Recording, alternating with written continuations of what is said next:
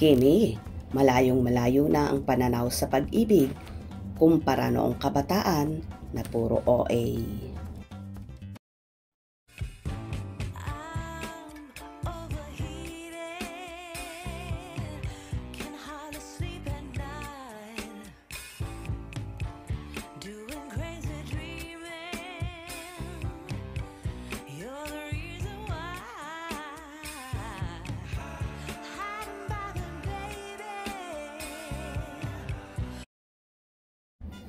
Aminado si Kim Chiu na dati ay OA. Overacting siya pagdating sa love. Pero ngayon ay iba na nga siya. Ayon sa bida ng The Alibi, sakto na lang siya ngayong magmahal dahil sa mga naranasan niya sa kanyang dating love life. Ganon siya. Dati ma-in love, OA. Ngayon sakto na lang. Say ni Kim sa isang panayam kay MJ Felipe. Paliwanag niya siyempre, from experience, kasi experience is the best teacher. I will give you the best before the lesson. OA ka ba pag ma-in love? Ay, grabe naman. Ganun ba si Kim? Ma-in love? Dati. Ganun siya dati, ma-in love, OA. Ngayon, sakto na lang. Sakto. Bakit? What changed? Syempre from experience. Kasi experience is the best teacher. Right. Yes, it will give you the test before the lesson. Oh my God.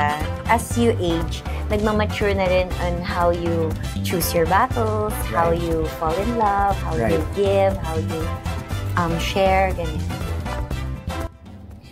Dagdag pa niya, as you age, nagmamatured ka na rin on how you choose battles, how you fall in love, how you give, how you share, ganon.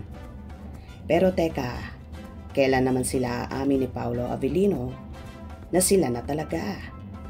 Usap-usapan kasi na magjowa na talaga ang Kim Pao at ayaw lang daw nilang i-confirm yon.